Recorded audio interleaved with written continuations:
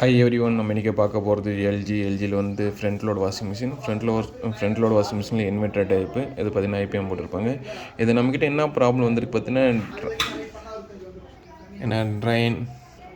இது பார்த்திங்கன்னா ட்ரைனு.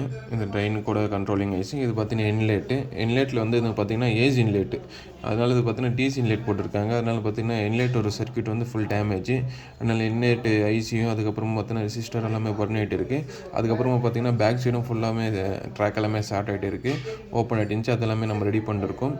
பட்டு அதனால் எப்போவுமே இன்லெட் சேஞ்ச் பண்ண முன்னாடி ஒரு வாட்டி ஃபஸ்ட்டு அதை ஏசி இன்லேட்டாக டிசி இன்லேட்டாக ஒரு வாட்டி கன்ஃபார்ம் பண்ணிக்கோங்க. ஏன்னா நம்ம ஏசி இன்லேட்டும் டிசி இன்லேட்டும் வந்து போடும்போது ஷார்ட் ஆகிடும். ஏன்னா டிசி இன்லேட் பார்த்திங்கன்னா அதனோட ரெசிஸ்டர் பார்த்திங்கன்னா ரொம்ப கம்மியாக இருக்கும். ஏன்னா நம்ம மல்டிமீட்டரில் வச்சு செக் பண்ண கண்டினியூட்டி காமிக்கும். ஏன்னா 12 வோல்ட்லேயே ஒர்க் பண்ணுறது. ஏசி பார்த்திங்கன்னா வந்து ரொம்ப ஓப்பனாக இருக்கணும். ஏன்னா ரொம்ப ரெசிஸ்டர் வந்து ரொம்ப கம்மியாச்சுன்னா ஷார்ட் ஆகிடும். அதெல்லாம் பார்த்திங்கன்னா ரெசிஸ்டர் அதிகமாக இருக்கும். ஸோ அதனால் நம்மளுக்கு இது ஒரு வாட்டி செக் பண்ணிக்கோங்க. ஏன்னா நம்ம இன்லெட் கழட்டும் போது டிசி இன்லெட்டாக ஏசி இன்லெட்டாக ஒரு வாட்டி கன்ஃபார்ம் பண்ணிக்கோங்க. கன்ஃபார்ம் பண்ணிட்டு அப்புறமா கழட்டுங்க. அப்போ தான் உங்களுக்கு இந்த மாதிரி ப்ராப்ளம் வர மாதிரி இருக்காது. ஏன்னா இது கொஞ்சம் ப்ராப்ளம் கொஞ்சம் மேலோட்டமாக இருந்தாலும் ரெடி பண்ண முடியுது. இல்லை இதே நம்ம மைக்ரோ கண்ட்ரோல் ஐசிக்கோ இல்லை வேறு எதுக்கோ ரொம்ப ஷார்ட் ஆகிட்டுச்சுன்னா ஒன்றுமே ரெடி பண்ண முடியாது. ஸோ இதனால் இன்லெட் சர்க்யூட் மட்டும் நம்மளால் ரெடி பண்ண முடிஞ்சது. அதனால் ரெடி பண்ணிருக்கோம். ஸோ அதே மாதிரி ரெடி பண்ணுறது பார்த்திங்கன்னா எப்படி டேரெக்டாக டெஸ்ட் பண்ணுறது. ஏன்னா நம்மக்கிட்ட வயர் கிட்டே இல்லை. அந்த வயர் கிட்டே இல்லாதனால நம்ம வந்து இது டேரெக்டாக தான் செக் பண்ணி கொடுக்க போகிறோம். இன்லெட் வந்து ஆன் ஆகுதா இல்லையான்னு பார்க்கலாம். ஏன்னா அது வந்து ஃபுல் மோட்டரை வந்து செக் பண்ண முடியாது. ஏன்னா நம்மக்கிட்ட மோட்ரு இல்லாதனால. பட் நமக்கு இன்லெட்டு தான் ப்ராப்ளம். அதனால் இந்த டெஸ்டர் லேம்ப் வச்சு நம்மளால் இன்லெட் வந்து ஒர்க் ஆகுதா இல்லையான்னு பார்க்கலாம். அதே மாதிரி யூவிடபிள்யூக்கு வந்து சிக்னல் வருதா இல்லையான்னு நம்ம செக் பண்ணி பார்க்கலாம். ஸோ இது வந்து நம்ம எப்படி இதை டெஸ்ட் பண்ணுறதுக்கான ஒரு ஒயிட் கிட் இல்லாதனால இது நம்ம டேரெக்டாக செக் பண்ணுறதுக்கான ஒரு வீடியோ தான். அதே மாதிரி இது பாருங்கள், இது டெக்னீஷியனுக்கு யூஸ்ஃபுல்லாக இருக்கும். ஏன்னா வயர் கிட் இல்லாத பட்சத்தில் நம்ம செக் பண்ண முடியாது. ஸோ இது மாதிரி நீங்கள் டேரெக்டாக வயர் கிட் கொடுத்து செக் பண்ணி கொடுக்கலாம். அதனால் பார்த்திங்கன்னா இது ப்ரெஷர் சென்சாரோட ஜாக்கு, ப்ரெஷர் சென்சாரு, அதுக்கப்புறம் ஹீட்டர் சென்சாரு ரெண்டுத்துமே நான் டேரெக்ட் பண்ணிட்டுருக்கேன். இதில் பார்த்திங்கன்னா ஃபஸ்ட்டு 3 பின்னு ப்ரெஷர் சென்சாரு, ஆமாம் எந்த பின்னு பார்த்திங்கன்னா டெம்பரேச்சர் சென்சாரு. இதுக்கு நம்ம டேரெக்ட் கொடுத்துருக்கேன். ஃபைனலாக பார்த்திங்கன்னா இது பார்த்திங்கன்னா ட்ரெயினோட வயிறு, இது பார்த்திங்கன்னா டோரோட ஃபீட்பேக்கு, இது ஃபஸ்ட்டு இந்த செகண்ட் பார்த்திங்கன்னா ட்ரெயின் இன்லெட்டோட வால்வு. நம்ம யூவிடபிள்யூ டெஸ்ட்டு மோட்டர் பதில் யூவிடபிள்யூ டெஸ்டர் போட்டிருக்கோம். இப்போ நான் ஆன் பண்ணி காமிக்க போகிறேன். ஸோ ஆன் பண்ணியாச்சு. ஆன் பண்ணால் யூனிட் பக்காவாக இருக்குது. அதே மாதிரி டோர் சிக்னல் க்ளோஸில் இருக்குது நம்மளுக்கு இண்டிகேஷனும் இருக்குது. இப்போ டோர் சிக்னல் நான் எடுத்துடுறேன்.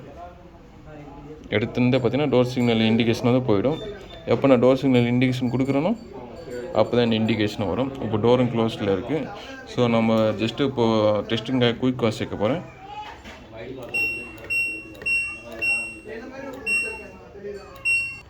இப்போ பார்த்திங்கன்னா குயிக் வாஷ் வச்சுட்ருக்கேன். குயிக் வாஷ் வச்சுட்டு ஸ்டார்ட் கொடுக்குறேன். ஓகே, குயிக் வாஷில் ஸ்டார்ட் கொடுக்கும்போது இன்லெட் பார்த்திங்கன்னா இது 2 inlet yellow and red connect பண்ணியிருக்கேன். எல்லோ பார்த்திங்கன்னா விட்டு தான் எடுக்கும். அதுக்கப்புறமா தான் பார்த்திங்கன்னா நம்மளுக்கு ஃபுல்லாக தண்ணி எடுக்கும். அதே மாதிரி தான் ரெட் கலரும் விட்டு தான் எடுக்கும். அதுக்கப்புறமா பார்த்திங்கன்னா ஃபுல்லாக தண்ணி எடுக்கும்.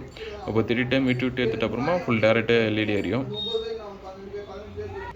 இப்போ பார்த்திங்கன்னா விட்டு எடுத்ததுக்கப்புறமா ஃபுல்லாக இப்போ தண்ணி எடுத்துன்னு இருக்குது. இப்போ ஆஃப் ஆகிடுச்சு. இதுக்கப்புறமா ரெட் லைட் எரியும். இப்போ பார்த்திங்கன்னா ரெட் கலர் லைட்டு நம்மளுக்கு பிளிங்க் ஆகிருக்கு. ஸோ ரெட் கலர் லைட்டும் பிளிங்க் ஆகின்னு இருக்குது. அதனால் 2 இன்லெட்டுமே நம்மளுக்கு பக்காவாக வேலை செய்யுது. அதே மாதிரி மோட்டருக்கு சிக்னலுமே கரெக்டாக வந்துன்னு இருக்குது. யூவிடபிள்யூ டெஸ்ட்டில் நம்மளுக்கு கரெக்டாக சிக்னலும் வந்துன்னு இருக்குது. ஸோ இந்த மாதிரி நம்ம வந்து மிஷின் ஃபுல் டேரெக்டாக வச்சு நம்ம செக் பண்ணிக்கலாம். அதாவது நம்மளுக்கு மோட்ரு ப்ராப்ளம் இல்லாத பட்சத்தில் இந்த மாதிரி செக் பண்ணுறதுக்கு ஒரு ஈஸியான மெத்தடு. இது வந்து யாருக்குன்னு யூஸ்ஃபுல்லாக இருக்கும். Thank you friends. அதே மாதிரி இதை ஒரு நோட் பண்ணி வச்சுங்க, எதுக்கு எப்படின்ட்டு உங்களுக்கு. அப்போ தான் உங்களுக்கு ஈஸியாக புரியும்.